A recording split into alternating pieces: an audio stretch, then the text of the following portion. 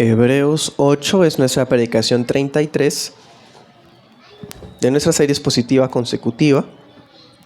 Vamos en el verso 7. Les invito a colocarse en pie. Vamos a leerlo a una voz en la SBT. Hebreos 8, 7. Dice: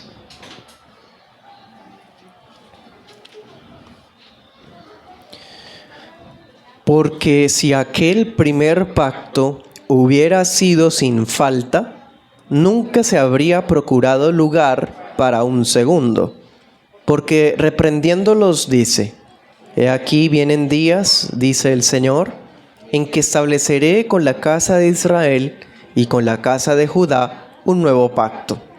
No como el pacto que hice con sus padres el día que los tomé de la mano para sacarlos de la tierra de Egipto, porque ellos no permanecieron en mi pacto y yo me desentendí de ellos, dice el Señor. Porque este es el pacto que haré con la casa de Israel después de aquellos días, dice el Señor. Pondré mis leyes en la mente de ellos y sobre el corazón de ellos las escribiré, y les seré por Dios y ellos me serán a mí por pueblo. Nadie enseñará a su prójimo ni nadie a su hermano diciendo: conoce al Señor, porque todos me conocerán, desde el menor de ellos hasta el mayor de ellos. Porque seré misericordioso con sus injusticias, y de sus pecados y de sus iniquidades no me acordaré más. Al decir nuevo pacto, dio por viejo el primero, y lo que es dado por viejo y se envejece, está próximo a desvanecerse. Amén. Puede sentarse.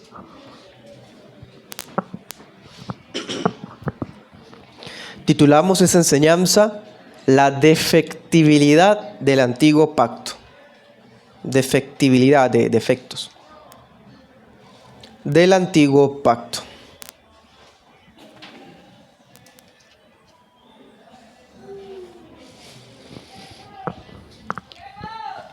Bien, iglesia, para este momento el apóstol nos ha mostrado cómo el ministerio sacerdotal de Cristo es mucho mejor que el de Aarón.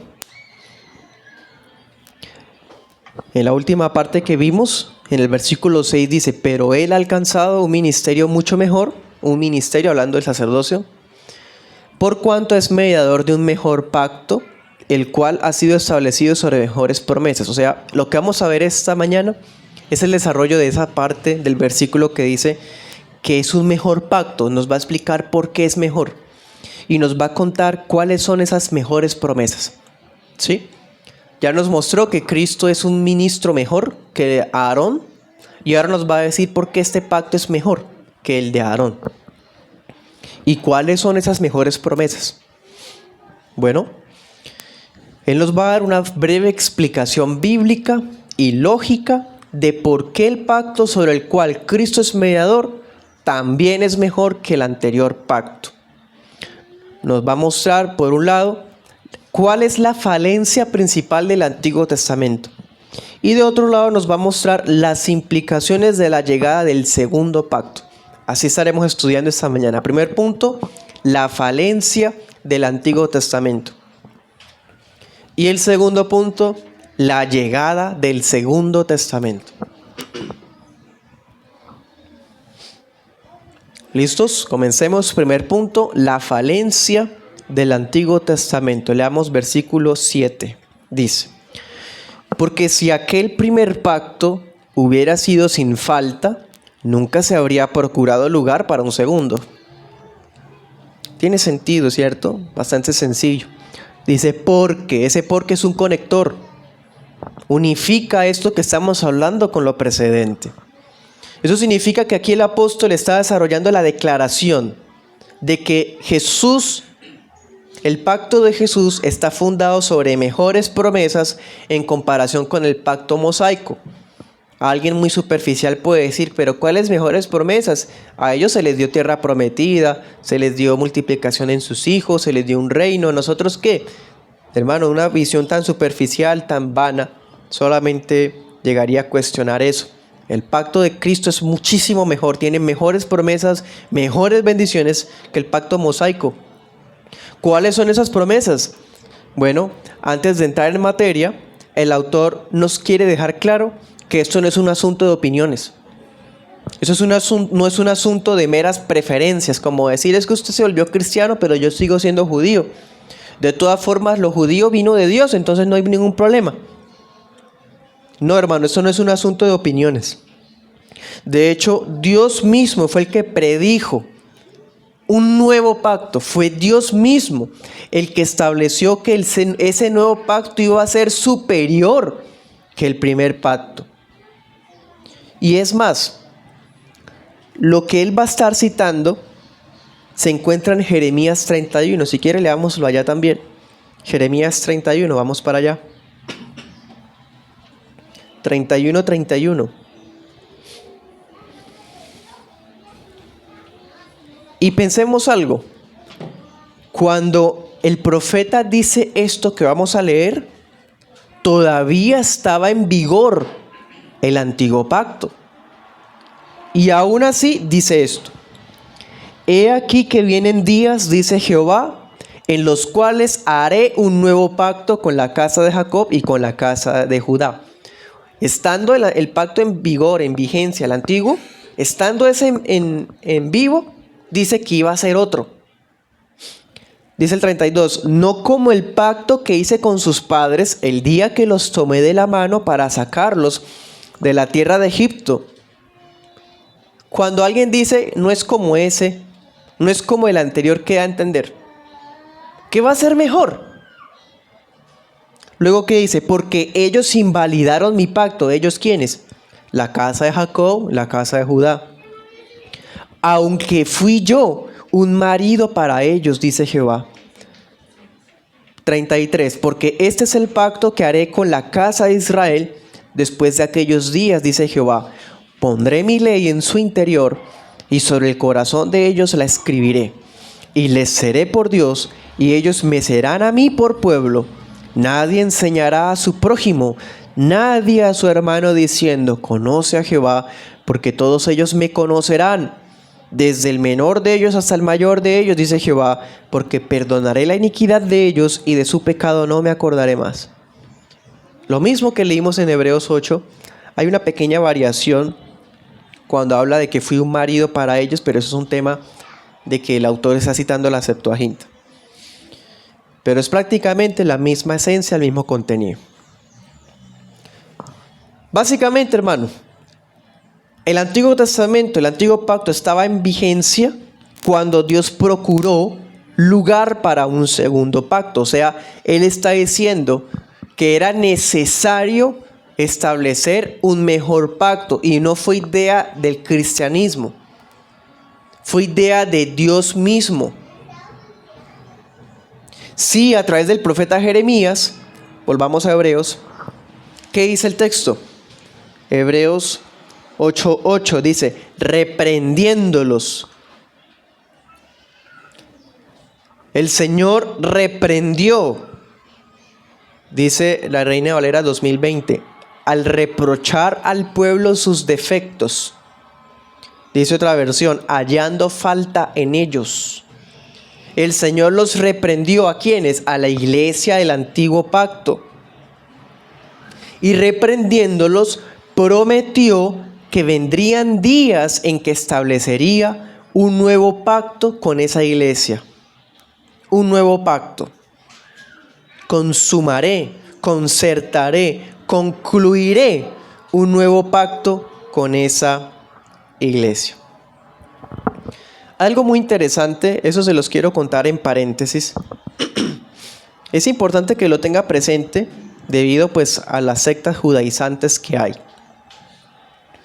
Lea el versículo 8, dice, estableceré con la casa de Israel y con la casa de Judá. Cuando Jeremías habla la profecía de Jeremías 31, recordemos que Israel estaba dividido en el reino del norte y en el reino del sur. Es más, el reino del norte ya no estaba, solo quedaba el del sur, el reino de Judá.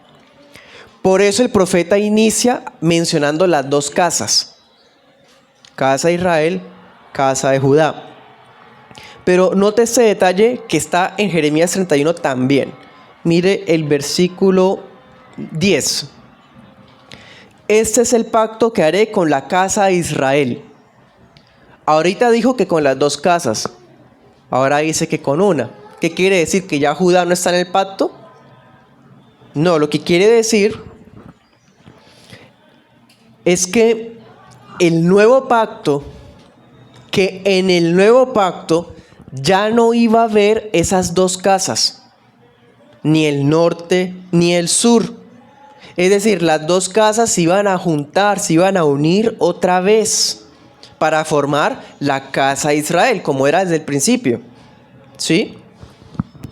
Esto, en vez de decirnos que Israel va a recuperarse allá en la tierra de Canaán otra vez, y el norte y el sur, las 12 tribus van a juntarse, hermano, lejos de hablar de eso, los apóstoles establecen que eso era un anticipo, un tipo, una predicción de la bienvenida que iba a haber a los gentiles dentro del pueblo del pacto. Por eso mencionó primero las dos casas, luego menciona una. Es una forma de decir que de ambos pueblos hizo uno, lo que dice Efesios 2:11 en adelante. Es decir, el nuevo pacto iba a lograr esa unidad, no solamente con los israelitas piadosos, sino con los gentiles que vinieran a Israel, al pueblo de Dios. Por eso en Gálatas 6:16 dice que la iglesia es el Israel de Dios. Porque la iglesia es el pueblo conformado, tanto por los judíos convertidos como por los gentiles convertidos. De ambos pueblos hizo uno. Esa es la iglesia universal. Ese es el pueblo del nuevo pacto. Dios no ha hecho un pacto primero por allá con Israel, luego hace un pacto con la iglesia. Hermano, ese dualismo, esa división es artificial, hasta diabólica. Es un solo pacto, es un solo pueblo y punto. Bien, sigamos adelante. Cuando el apóstol habla, en el versículo 7, es bastante directo. Dice, si el antiguo pacto hubiese sido completo, si el antiguo pacto no hubiese tenido faltas o defectos, dice otra versión, bastante radical esa palabra, Dios no hubiera hablado de un segundo pacto. Entonces, si Dios habla de un nuevo pacto, ¿qué implica? Que el primer pacto tenía fallas y que ese pacto iba a ser diferente. Bien, un pacto que sería mejor. Pero bueno, estamos hablando de pacto. ¿Qué es eso de pacto? ¿Cuál es el primer pacto? ¿Cuál es el antiguo pacto? Si yo le preguntara a usted cuál es el antiguo pacto, ¿qué me diría? Bueno, debe decir el versículo 9. Dice, no como el pacto que hice con sus padres el día que los tomé de la mano para sacarlos de la tierra de Egipto. Ese es el antiguo pacto. El antiguo pacto entonces fue esa alianza que hizo Dios con los israelitas del Éxodo. Ese es el antiguo pacto. De ese pacto, ¿quién era el mediador? Moisés. ¿Quién fue el sacerdote? Aarón. Ese es el antiguo pacto. Pero antes de que... Y póngase a pensar eso, hermano. Es una iglesia compuesta por mayoría judía. El apóstol es judío. Le está hablando a judíos. Y resulta que el predicador dice que el pacto tiene defectos. Eso es escandaloso. No faltaría el que diga, eso es herejía. ¿Usted cómo va a decir que el pacto de Dios tiene fallas? Entonces él dice, espéreme, déjeme explicarles. ¿Qué son esas fallas? Antes de que se levante alguna acusación, algún escándalo, el apóstol nos va a explicar cuál es la defectibilidad del pacto. ¿Cuál es? Que quede claro, el defecto, la falla, las faltas del Antiguo Testamento no estaban en el pacto en sí mismo. Dios era su autor. Y como hemos visto, la ley era el fiel reflejo del carácter de Dios. La ley incluso anticipó la gloria de Cristo. Entonces el defecto como tal no estaba en el contenido o en la esencia del pacto. ¿El problema en dónde estaba? ¿En dónde estaba ese problema, hermano? Mire el 9. Dice, porque ellos no permanecieron. ¿Dónde estaba el problema? En el pueblo. En el pueblo del pacto. El problema radicaba en el pueblo del pacto. No en el pacto como tal, en el pueblo del pacto. ¿Sí? Él quiere dejar claro eso antes de que haya alguien que lo acuse de algo. Recordemos Éxodo 24:7. Vamos para allá. Éxodo 24:7, no pierda el texto principal. Éxodo 24:7. Ahí está cuando se inauguró el antiguo pacto.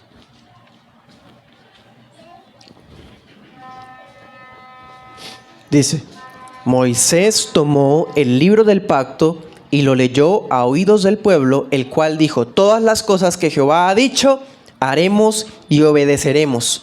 Entonces Moisés tomó la sangre y la roció sobre el pueblo y dijo, he aquí la sangre del pacto que Jehová ha hecho con ustedes sobre todas estas cosas. Ese era el antiguo pacto.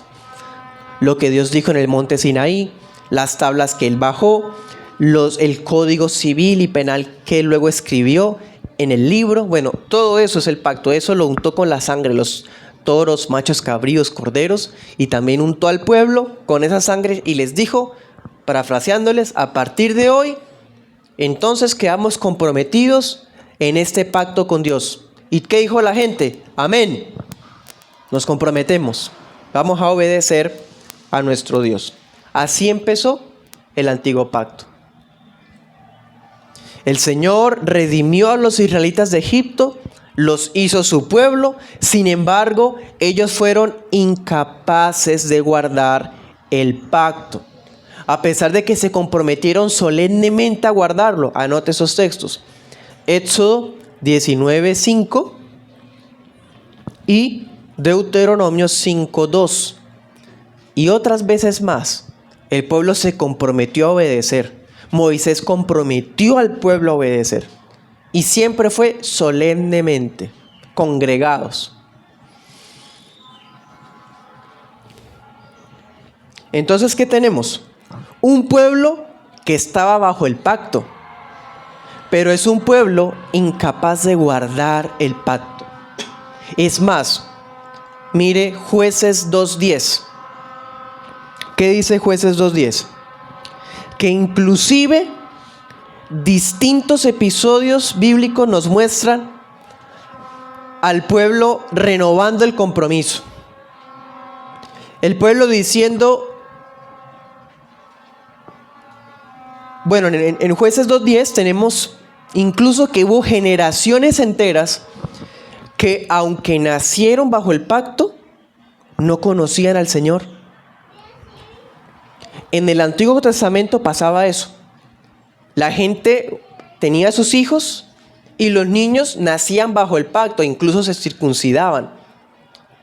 Nacían dentro de una familia de creyentes o de israelitas.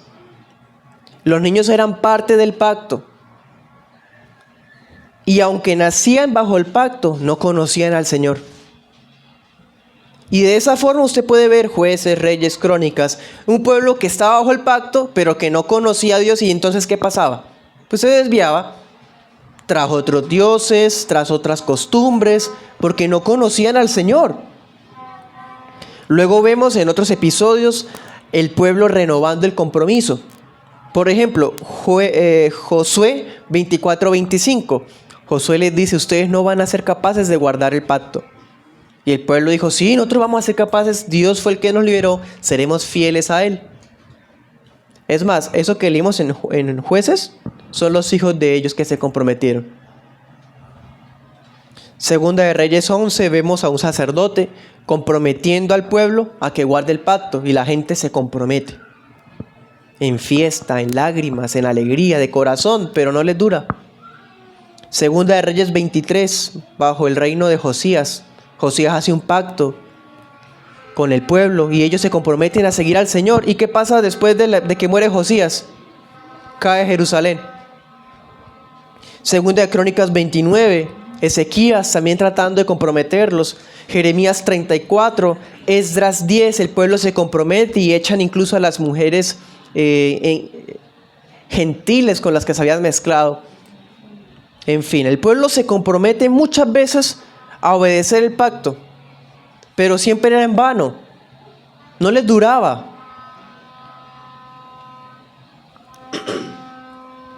En definitiva, hermano, o sea, lo que hemos visto hasta ahora en Hebreos, no solo el sacerdocio era débil, no solo los rituales eran ineficaces, sino que tampoco el pueblo poseía la capacidad de permanecer fiel bajo las condiciones del pacto. ¿Por qué? Romanos 8:3. Y ahí está el Evangelio. Romanos 8:3.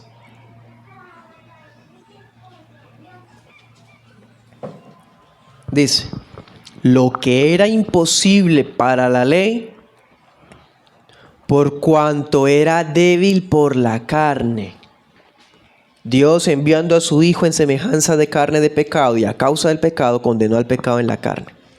En otras palabras, ¿por qué era imposible para la ley salvar a la gente? ¿Por qué es imposible para la ley, si viene de Dios, darle vida eterna a la gente? Dice el texto, por la carne.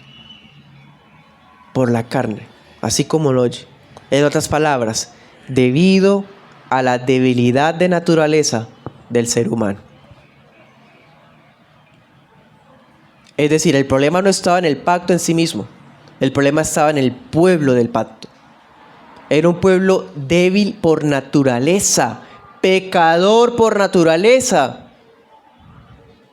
Era incapaz de obedecer el pacto, de guardarlo, aunque hicieran una fiesta de corazón, de comprometerse a guardarlo, como lo hicieron muchas veces. Bastaba una generación para que se perdieran otra vez. O incluso antes de que se acabara la generación se perdían. Como pasó en el tiempo del rey Joás. En fin, volvamos a Hebreos. Versículo 9. Entonces, ¿qué pasó? ¿Qué pasó con ese pueblo? Dice, ellos no permanecieron en mi pacto. ¿Y qué pasó? Y yo me desentendí de ellos, dice el Señor. Dada la infidelidad del pueblo, el Señor mismo se desentendió de ellos. Dice la Reina Valera antigua, los menosprecié. La Reina Valera contemporánea, los abandoné. Reina Valera 2015, dejé de preocuparme por ellos. Otra versión, los desatendí. Se hizo a un lado. Los dejó abandonados en su libre albedrío corrupto. Diríamos nosotros, se hartó. En términos humanos, ¿no? Entonces, que quede claro, la ley, el pacto antiguo, la ley es santa, justa, buena, pero no estaba diseñada para infundir obediencia en el pecador. La ley se concentraba solamente en dar órdenes, en prohibir tal cosa. Y el pecador veía eso y decía, uy, sí, yo tengo que obedecerlo. Y volteaba y pecaba. Porque la ley, con todo y su brillo y su gloria que tenía, no hacía nada en el corazón de esa persona. La ley era la norma, pero esa norma no transformaba el corazón. El problema no estaba en la ley, el problema estaba en la persona, incapaz de obedecer. Anote ese texto, ahí está más explícito. Romanos 7:12 y 18 y 19.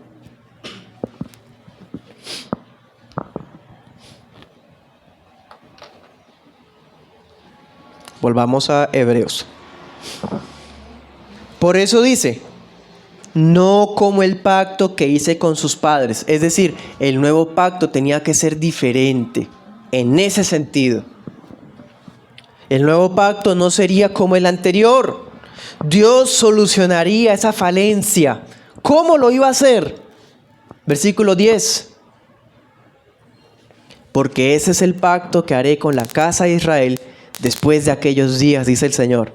Pondré mis leyes en la mente de ellos y sobre el corazón de ellos las escribiré.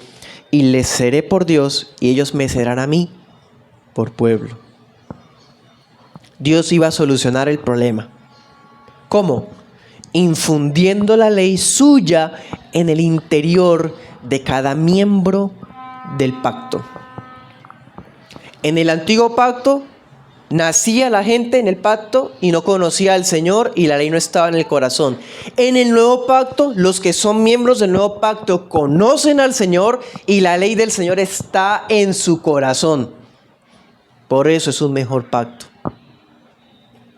Cito a Bruce, el doctor Bruce, abro comillas. Lo que se necesitaba era una naturaleza nueva, un corazón liberado de su esclavitud al pecado, un corazón que no solo conocía y amaba espontáneamente la voluntad de Dios, sino que tenía el poder para hacerla. Cierro comillas. Vamos al segundo punto, la llegada del Segundo Testamento. Entonces, en el primer punto encontramos cuál fue la falencia del Antiguo Testamento. Nada en la ley, nada en el pacto. Era el pueblo del pacto que era débil por naturaleza para ser fiel. No podía permanecer. Ahora en ese segundo punto veremos cómo Dios solucionó ese problema. ¿Qué contenía este segundo pacto? ¿Qué es aquello que lo hace nuevo? Usted sabe que para el judío, incluso para algunas sectas judaizantes, es ofensivo que uno diga Nuevo Testamento. Están en desacuerdo, no le digan Nuevo Testamento, su Dios no murió. ¿Y cómo que nuevo? ¿Acaso Dios hizo otra ley? Es una sola ley, la Torá. No, eso no es entender el Evangelio.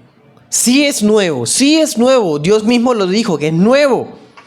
Y cuando yo tengo algo nuevo, ¿qué significa? Que es diferente, que es nuevo, que es distinto.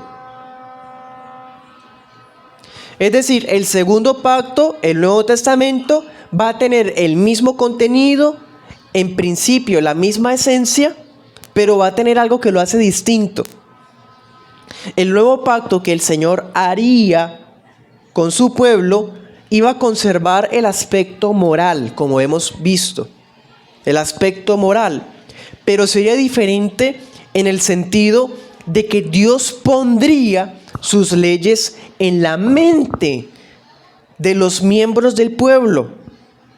Ya no se iba a redactar los mandamientos en tablas de piedra. Ya no se iba a colocar los mandamientos por allá en una urna de oro, escondida y secreta. No, ahora los mandamientos iban a ser colocados por escrito en el corazón de cada persona. Por eso es nuevo. Y dése cuenta, la ley no cambió. La ley moral permanece vigente porque es la misma. Y esa misma ley está en el corazón de los regenerados.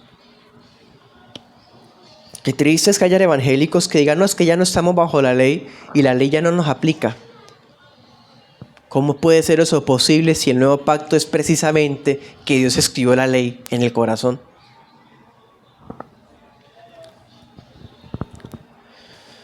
Ahora, el texto dice que Él le iba a poner en la mente de los miembros del pacto. ¿Es que acaso no estaba así antes?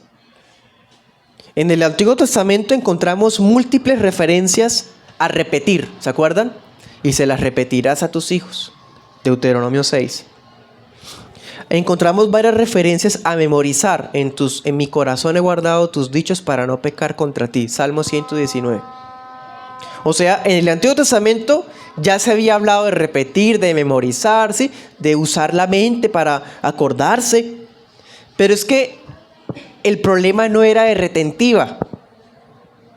Se miraban y estaban los hilos azules en las mangas o en los bordes del manto para acordarse los mandamientos. El problema no era de retentiva. Había necesidad de un cambio de corazón.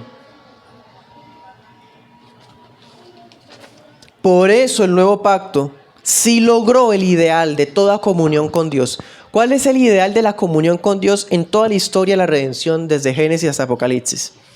Lea el versículo 10 al final. Esto dice: les seré por Dios y ellos me serán a mí por pueblo. Esa es la esencia del pacto. El antiguo pacto no lo logró porque el pueblo no era capaz. Muchas veces Dios se identificó con ellos con Dios, pero no duraba.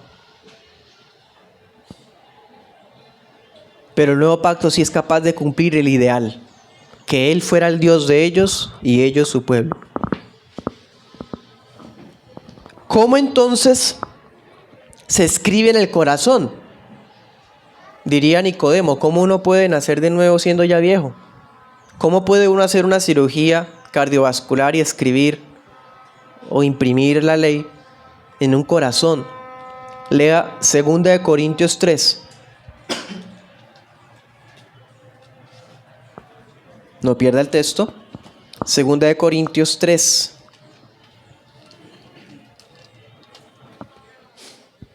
Versículo 3.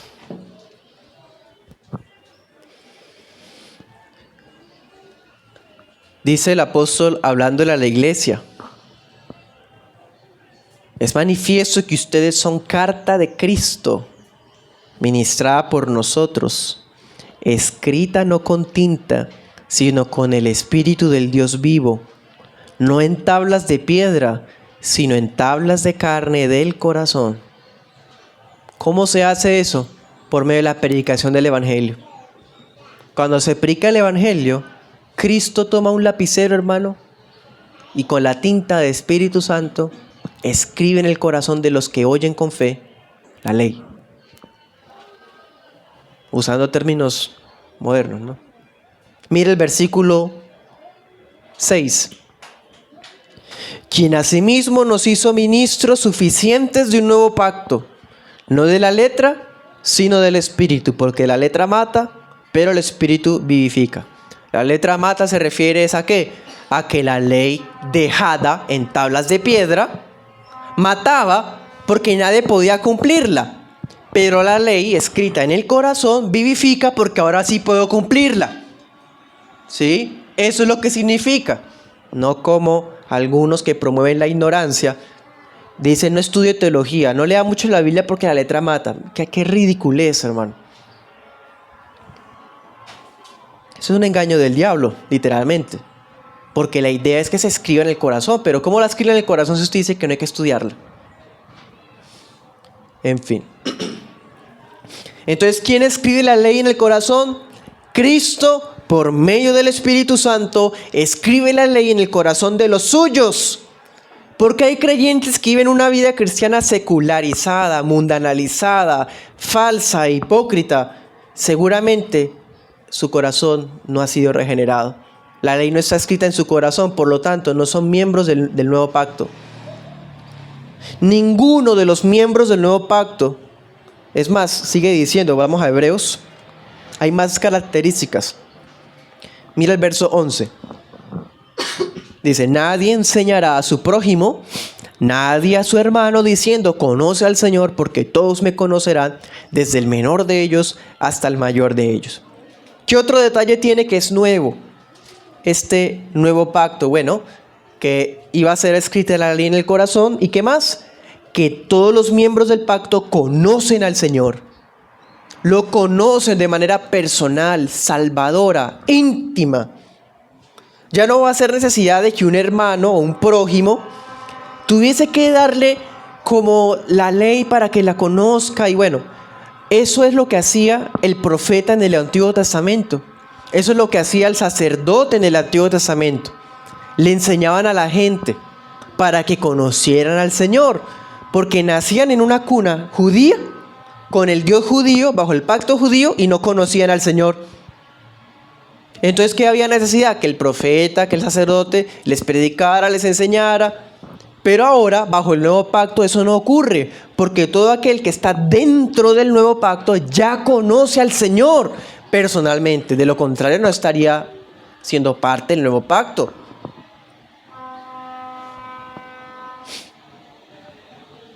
Independientemente de la edad o del estatus, las personas conocerían al Señor personalmente.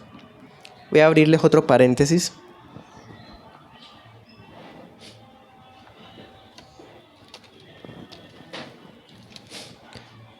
Mire el 8, dice el Señor, ¿no? Mire el verso 9, dice el Señor. Mire el versículo 10, dice el Señor. 3 veces. Eso significa que anticipa que en el nuevo pacto la revelación del Dios Trino iba a ser más evidente. Iba a ser más clara. La triple mención, así dice el Señor, el Señor, anticipa la revelación de la naturaleza trinitaria de Dios en el Nuevo Testamento. Cierro paréntesis. Sigamos adelante. Entonces es obsoleto que a estas alturas hayan algunos autoproclamados profetas o a esas alturas iglesias ordenando sacerdotes. Porque ¿cuál era la característica de esos dos oficios? Que ellos contaban con una iluminación especial. Pero esa iluminación especial ya no existe porque ahora la tiene todos. Todos me conocerán, dice el Señor. Todos los hijos de la Jerusalén celestial son enseñados por Dios. Él lo prometió. Anótelo, ¿dónde está eso? Isaías 54:13. Y ese versículo, Cristo lo interpreta. Juan 8:45. Entonces, la presencia del Espíritu Santo en cada creyente garantiza que todos los regenerados conocen al Señor. Conocen todo lo necesario para su salvación. Primera de Juan 2:27, se los leo. Dice, la unción que ustedes han recibido de Él permanece en ustedes, no tiene necesidad de que nadie les enseñe, sino que así como la unción misma les enseña acerca de todas las cosas y es verdadera y no es mentira, así como les ha enseñado, permanezcan en Él. En otras palabras, no permitan que venga un falso maestro, un gnóstico, a decirles que Él tiene una revelación más especial, más secreta, más oculta y se la quiere compartir. No le crean, porque ya han recibido ustedes que están en el nuevo pacto una unción que les enseña todas las cosas. Todos los miembros del nuevo pacto. Bueno, sigamos con Hebreos. Versículo 12. Otra característica del nuevo pacto, porque es nuevo. Dice, porque seré misericordioso con sus injusticias y de sus pecados y de sus iniquidades no me acordaré más. ¿Qué pasaba en el antiguo pacto? Todos los días el Señor se acordaba de los pecados de ellos. ¿Por qué? Porque todos los días tenían que hacer sacrificios. Todos los días tenían que estar cumpliendo un ritual. Todos los días, cada año. Ahora en el nuevo pacto ya no va a ser más necesario ese sistema de sacrificios porque ya no hay pecado en el pueblo del pacto. En el pueblo del pacto. El pueblo del nuevo pacto goza de la gracia especial de Dios. Una gracia exclusiva de ellos. Con ellos, solamente con ellos, Él es misericordioso, propicio. Solamente con ellos Dios les perdona sus injusticias. Y solamente con ellos nunca más recuerda sus pecados. ¿Ellos quiénes? Aquellos que tienen la ley en el corazón, aquellos que lo conocen, aquellos que han sido perdonados. O sea, el nuevo pacto también decía que la expiación, esto es lenguaje de expiación, iba a ser limitada solamente para los miembros del nuevo pacto. Bueno, limitada porque solamente es para ellos, porque así Dios lo ordenó cuando prometió que iba a haber un nuevo pacto. Pero que sea limitada no significa que sea pobre. Al contrario, es tan eficaz que ya Dios ni se acuerda más de nuestro pecado. Anote esos textos: Isaías 43, 25, Miqueas 7, 18 al 19 y Romanos 11, 27.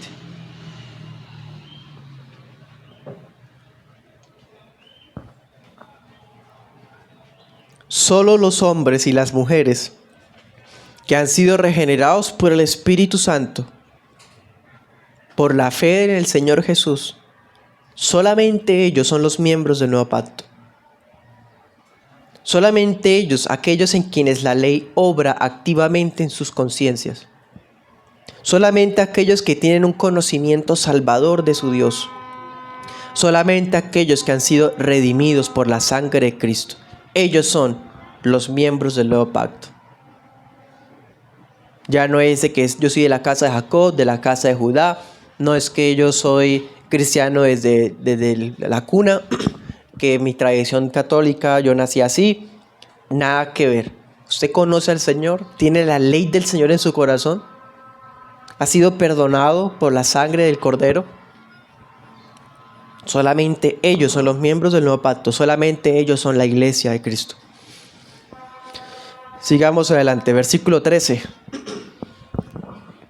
Al decir nuevo, dio por viejo al primero. Y lo que es dado por viejo se envejece, está próximo a desvanecerse. Bastante directo. ¿Qué nos lleva todo esto, hermano? A hacer una distinción clara. El antiguo pacto tenía un carácter nacional. Por eso, los hijos que nacían en una casa judía eran judíos. Eran parte del pacto. Porque en el antiguo pacto el pueblo era nacional. Estaba ligado a leyes ceremoniales y a leyes civiles. Pero el nuevo pacto ya no es así. El nuevo pacto ni siquiera es nacional. No importa de dónde sea, que usted sea israelita o colombiano, venezolano, ecuatoriano, panameño, nada de eso importa ahora.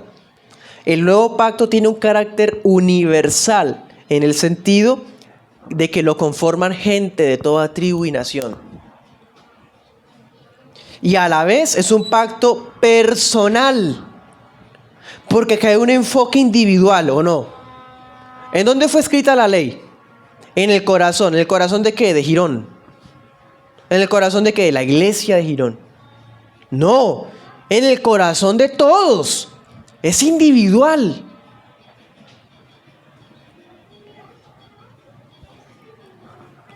Hay un enfoque en el creyente.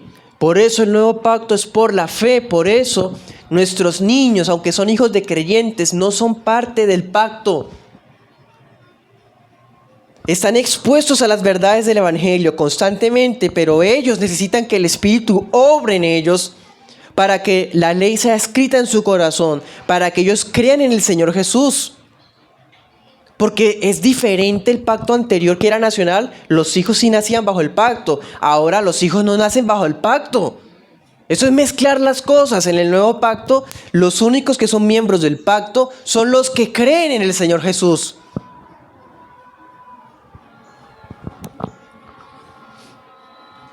Los que conocen al Señor. Definitivamente el Nuevo Testamento siempre fue el propósito divino, no fue un plan B, es el propósito de Dios. En el Nuevo Testamento Dios hizo nuevas todas las cosas. En el Nuevo Testamento Dios dio por caduco el antiguo, entendiendo esto como la ley ceremonial, la ley civil, los roles del sacerdocio, los roles de los profetas, eso quedó caduco. Y lo que es caduco, lo que es viejo, está próximo a desaparecer. Y a propósito, un paréntesis. Si el apóstol es tan directo y decir que está próximo a desaparecer, queda a entender que Hebreos se escribió antes de la caída de Jerusalén. Porque cuando cayó ese templo, en el año 70, desapareció. Desapareció el antiguo pacto, ya no más. Para terminar, les voy a decir 3 aplicaciones. Primera, en el Antiguo Testamento podía haber israelitas marcados por las señales del pacto. ¿Cuáles eran las señales del pacto en el Antiguo Testamento? La circuncisión, el Shabbat, la Pascua, la dieta alimentaria, o sea, prácticas ceremoniales que los hacían diferentes y separados de las otras naciones. Y podía haber un israelita que tuviese todas esas señales y aún así no tener un corazón circuncidado. Eso mismo lo señaló Moisés varias veces. Anótelo. Levítico 25:41.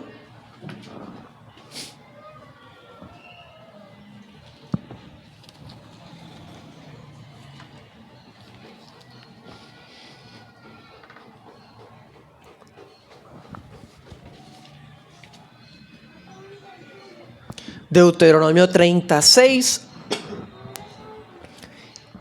y Deuteronomio 10:16. Les voy a leer ese. 10:16 dice: circunciden el prepucio de su corazón y no endurezcan más su cerviz. Un pueblo que necesitaba ser circuncidado, pero en el corazón. Eso mismo lo denunció Jeremías. Jeremías 4:4, Jeremías 6:10.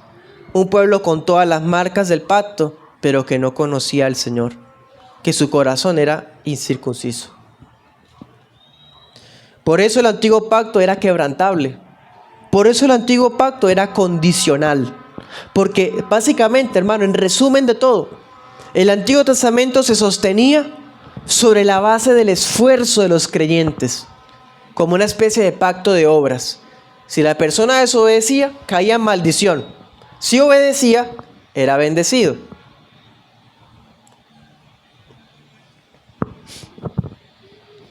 Muchos santos del Antiguo Testamento contaron con la presencia del Espíritu Santo. Recordaban la ley, eran redargüidos cuando pecaban. David,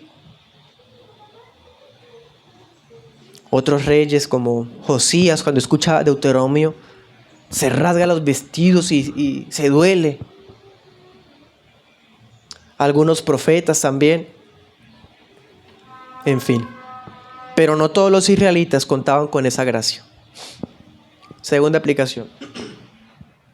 En cambio, el nuevo pacto trae al descubierto varias cosas. Primero, yo le pregunto a su merced, ¿dónde fue inaugurado el nuevo pacto? Vimos en el Antiguo Testamento dónde fue inaugurado. Cuando Moisés, ¿se acuerdan? Hizo los sacrificios, mojó el libro, mojó a la gente con la sangre y se comprometieron. Ahí empezó el antiguo pacto. ¿Y el nuevo pacto dónde empezó? ¿Dónde se inauguró? Ahorita lo leímos. Cuando dijo, esta es mi sangre, el nuevo pacto. En la cena del Señor. Ahí comenzó el nuevo pacto, esa noche. Por eso dijo, esta es mi sangre del nuevo pacto. Ya no iba a ser la sangre de machos cabríos, era la del Señor. Ese es el nuevo pacto, lo inauguró Jesús. Con esa inauguración puso al descubierto al verdadero pueblo de Dios, que no era el de la sangre y la carne, el de la genealogía, el del apellido. No, el verdadero pueblo de Dios es la simiente de Abraham. ¿Cuál es la simiente de Abraham? Gálatas 3:28.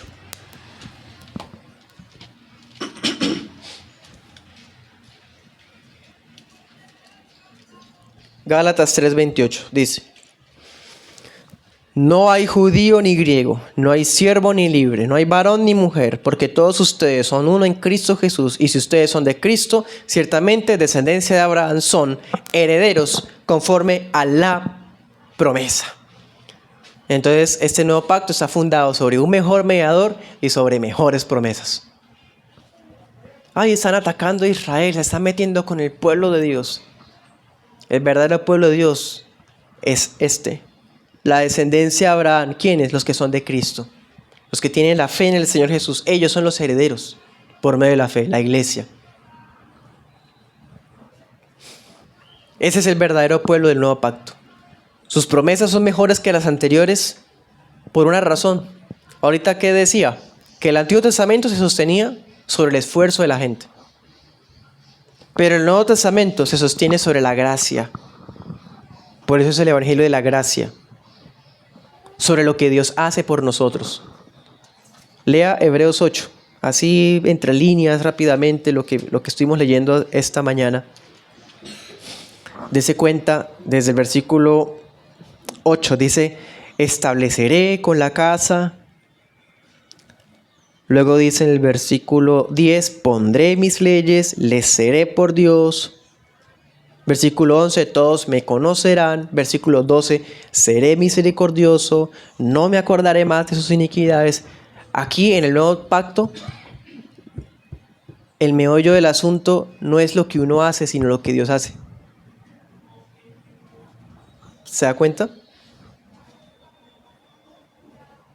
Ya no descansa en las obras de obediencia, sino descansa en lo que Dios hace por su pueblo, en su gracia, sobre lo que Dios hace, los perdona, les da conocimiento, les escribe la ley. Él es el que hizo el pacto, mejor dicho, por eso se sostiene sobre la gracia. En este nuevo pacto, los que antes no éramos pueblo, fuimos injertados, y los que eran pueblo fueron desechados. Romanos 9, 23 al 26. Última aplicación y con esto terminamos. Si usted entiende este tema de por qué el nuevo pacto es mejor y por lo tanto es suficiente, entonces se da cuenta cuán vano es el intento de los falsos creyentes que quieren retomar el régimen caduco. Esos que quieren volverse al sistema antiguo, a volver a retomar las cosas judías, a los judaizantes. Miren lo absurdos que son. Es lo mismo que dijo Cristo en Lucas 5. Es como cortar pedazos de un vestido nuevo para ponerlos sobre un vestido viejo. Y también, hermano, no solamente queda en ridículo los intentos de los judaizantes, también queda en ridículo los intentos del Corán. Hablando de la llegada de que otro profeta, cuando en Cristo es suficiente. O más ridículo todavía, el libro de los mormones. Dice, otro testamento de Jesucristo. Lo patético que suena eso, otro testamento, ridículos. Cuando en Cristo está el nuevo, segundo, último, suficiente pacto fundado sobre un mejor mediador, sobre mejores promesas. Es este, no hay más. Oremos.